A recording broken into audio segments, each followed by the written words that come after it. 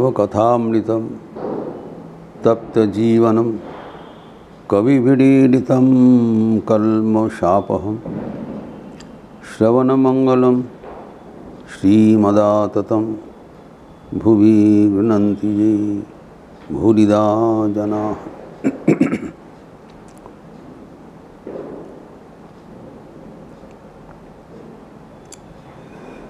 अंतरंग भक्तगणों के बीच श्री रामकृष्ण के सत्प्रसंग के बारे में हम लोग चर्चा कर रहे थे। वचनामृत में ठाकुर संकेत दे रहे हैं, संधान दे रहे हैं, कैसे हम ईश्वर को प्राप्त कर सकें।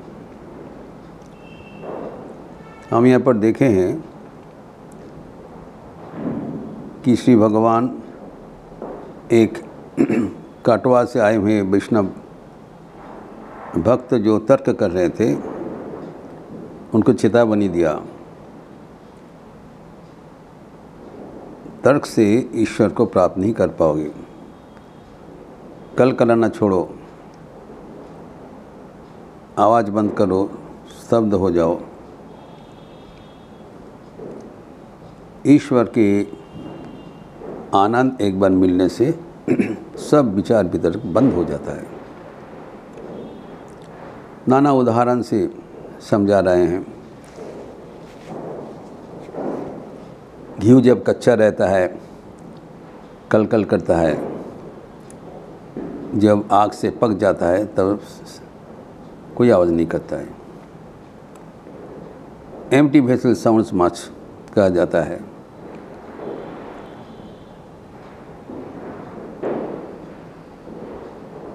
घड़ा में जब तक पानी कम रहता है बहुत आवाज़ करता है, घड़ा पूर्ण हो जाने से कोई आवाज़ नहीं रहता है। फिर भ्रमर का भी उदाहरण दिया। मधुपान के पहले बहुत भन भन करता है लेकिन एक बार फूल का शहद मिलने पर चुप हो जाता है। यही बात हम भक्ति शास्त्र से उद्धृत करते हुए कई दिनों से चर्चा किया कि ईश्वर का आनंद पाने से हम सिद्ध हो जाते हैं, अमृत हो जाते हैं, तृप्त हो जाते हैं, भरपूर हो जाते हैं, मतवाला हो जाते हैं। ये वो आनंद इतने असीम है जो प्राप्त होने से हमें और कुछ प्राप्त होने का अवशिष्ट नहीं रहता है। चरम दुख से भी हम अटल रहते हैं, अचल रहते हैं और कोई खोने का भय नहीं रहता है।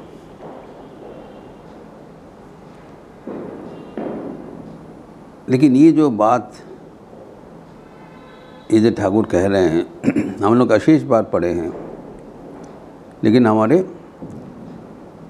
दिमाग में ये प्रवेश नहीं करता है।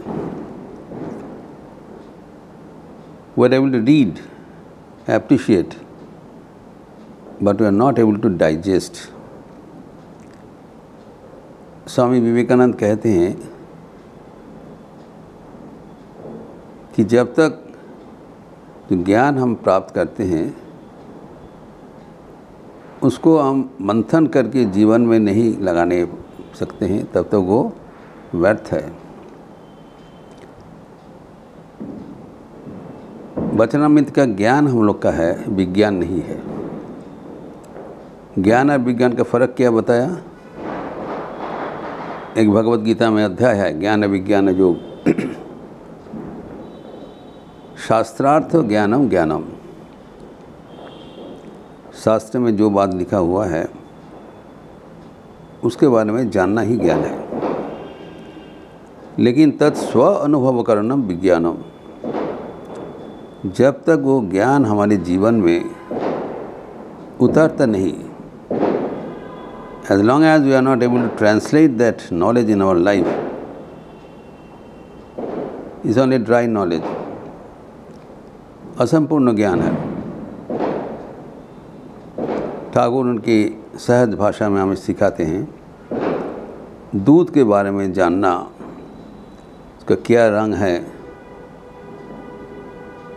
क्या प्रॉपर्टीज़ है, क्या फिज़िकल केमिकल प्रॉपर्टीज़ है, उबालने से क्या होता है, दूध फाड़ने से क्या बनता है, कैसे दही बनता है, कैसे छाना बनती है, ये सब नाना प्रकार का डेटा, तथ्य कि दूध के बारे में ज्ञान है। लेकिन जब तक हम वो दूध पीकर बलपुष्टि आहरण नहीं कर रहे हैं, तब दूध के बारे में हमारा जानना असंपूर्ण रहेगा। तो ही है ईश्वर के बारे में हमारा ज्ञान प्राप्त हो रहा है, विज्ञान प्राप्त नहीं हो रहा है। वो विज्ञान कैसे प्राप्त होगा, इसी का संकेत आज के इस दिन का जो प्रसंग हुआ था ठाकुर ने उल्लेख कर दिया। तो किताब पढ़कर हमें उसे अनुसार आगे बढ़ना चाहिए। हमें जानना चाहिए कि ये वचनामृत कोई किताब नहीं है, it's not a book of theory, it's a handbook of spirituality. Handbook क्या कहते हैं, हमें SOP देते हैं, स्टैंडर्ड ऑपरेटिंग प्रोसीजर। इसको पढ़कर अगर आप करोगे तो फल मिलेगा, सिर्फ चर्चा करने से कुछ फल नहीं। इसी बात ठाकुर इस प्रसंग में बोल रहे हैं। हजार विचार करो, चर्चा करो, सिद्धि कुला करो, कुछ नहीं सिद्धि, वो नशा बनेगा। सिद्धि पीने से ही नशा बनेगा, ज्ञान को आहरण करने से ही ज्ञान का फायदा मिलेगा। Implementation of the knowledge, transformation of character, यही तो स्वामी जी की वाणी है। कहा जाता है, हम लोग बचपन से सुनते आ रहा हूँ कि वचनामृत, कथामृत को समझने के लिए स्वामी विवेकानंद के वाणी रचना पढ़ना चाहिए। The complete works of Swami Vivekananda is the commentary of the gospel of Shri Ramakrishna. उसका भाष्य है, ठाकुर के वाणी का भाष्य है स्वामी विवेकानंद का वाणी। लेकिन हम लोग देख रहे हैं कि स्वामी विवेकानंद के वाणी रचना इतना कठिन है, जबकि वचनामृत समझना बहुत आसान है, सहजतम भाषा पढ़ने से ही समझ में आ जाता है। लेकिन स्वामी विवेकानंद के वाणी रचना इतना आसान नहीं है। हम लोग जब गंभीर ध्यान से करते हैं, मनोध्यान करते हैं, अनेक प्रकार का विचार, बुद्धि, तर्क, उद्धृति, इट्स वेरी सीरियस बुक, जबकि हम वचनामृत को कोई हल्कापन से लेते हैं। हम जानते हैं कि हमारे पूर्वज स्वामी सत्यरूपानंद जी रहा करते, हम लोग एक साथ बेलूर मठ में रहे थे। बहुत प्रभावी, विलक्षण, डिस्टिंग्विश्ड मॉन्क, पूजनीय, फिर रायपुर में दीर्घकाल अध्यक्षता किए थे। अभी वर्तमान में शरीर में नहीं रहा। वो स्वामी जतीश्वरानंद जी के मंत्र शिष्य थे। अनेक देर करके ज्वाइन किए थे, लॉयर थे, बेलूर मठ का लॉ एंड एस्टेट को संभालते थे। हम लोग दीर्घकाल एक साथ रहे। वो अपने गुरु जी के बारे में हमें सुनाते थे, जतीश्वरानंद जी, जो कि मठ मिशन के वाइस प्रेसिडेंट बने थे। अत्यंत वरेण्य, पूजनीय एवं अनुभूतिवान सन्यासी रूप से परिचित थे। बंगालों में रहा करते थे। तो स्वामी जतीश्वरानंद जी के साथ उनका जब मुलाकात हुआ तब वो स्टूडेंट थे, तो आके बीच बीच में मिलते थे। वो तो बहुत पढ़े लिखे थे, सत्यरूपानंद जी, संतोष महाराज जी। तो जतीश्वरानंद जी की वो पूछते, महाराज क्या किताब पढ़ेंगे? वो कहते तुम्हें कथामृत तो पढ़ो, बस तुम वचनामृत पढ़ा करो। वो सोचते थे, अरे इतना लिटरेचर है ठाकुर स्वामी जी का, ये सब नहीं बोल, खाली बोल रहे वचनामृत पढ़ो। गुरु जी है, कुछ बोल नहीं सकते थे। फिर आके पूछा, महाराज ने पूछा क्या हो रहा है? बोला वो तुम क्या कर रहे हो, पढ़ते हो? ना महाराज, हम आपने बोला है हम वचनामृत पढ़ते हैं। तो देखो একটু बुझे सुने पढ़ो, थोड़ा सोच समझ के पढ़ा करो। तो मैंने ठीक है। फिर जब आया और एक दिन तुम कैसा क्या पढ़ाई करते हो, क्या करते हो? मैं वचनामृत पढ़ते हैं दैनंदिन रेगुलर। तो बुझे सुने पढ़ो। वो समझ में नहीं पाया कि इसमें समझने का क्या बात है।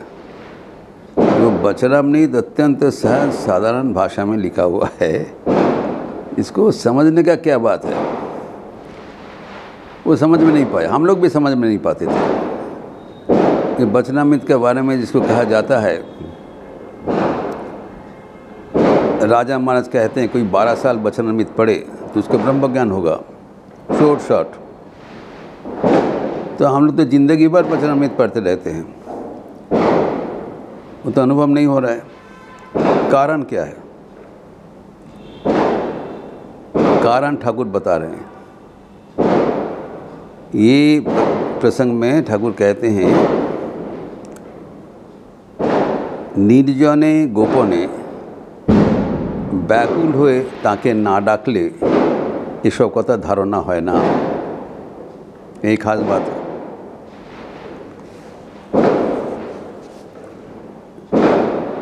निर्जन में एकांत में व्याकुल होकर ईश्वर को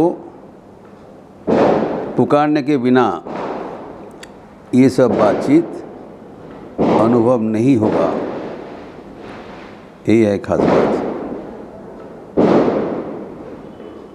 ये बात को हमें बहुत ध्यान से समझना चाहिए और जीवन में इसको उतारना चाहिए, तभी वचनामृत पढ़ना सार्थक होगा।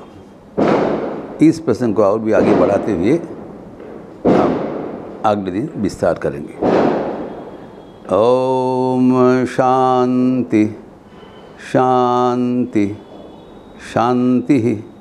हरि ओम तत्सत। श्री राम कृष्णार्पणमस्तु। आज शनिवार का अवसर है।